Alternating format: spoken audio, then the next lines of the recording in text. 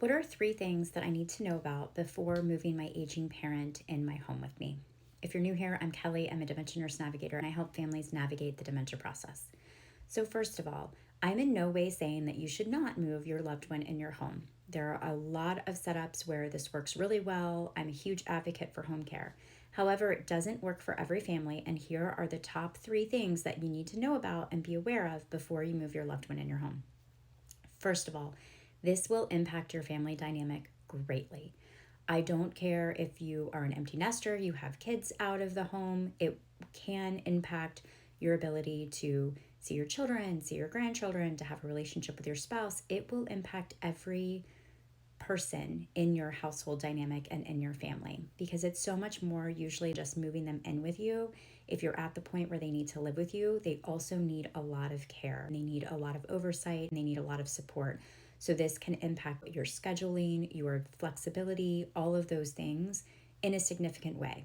Again, I'm not saying you shouldn't do it. I'm just saying you need to be aware of this because very often we'll see families do it and then they're unaware of how it touched every area of their life and it creates a big issue. Number 2 is that it will impact you financially. I don't care how good of insurance they have. Home care and a lot of dementia care resources are out of pocket expenses.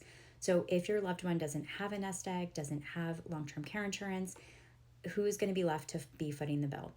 In addition to that, separately, they eat, they sleep, they have needs, they have doctor's appointments you're going to be driving them to. All of these things cost money. So, how is that going to get paid for? If you need any modifications to your home to make it safer, if you need a bedroom on the first floor, you need to widen the bathroom, you need to add grab bars, again, who's going to pay for that and what is that going to look like?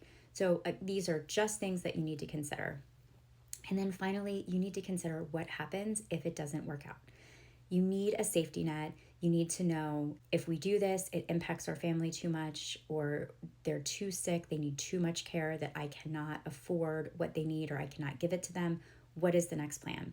So you need to have a plan. You need to have an idea of if you're going to try it with another family member, if they're going to move out on their own, if they're going to move into a facility, what does that look like? So you're not caught at the end of the day, this isn't working and you have no idea where to go from here.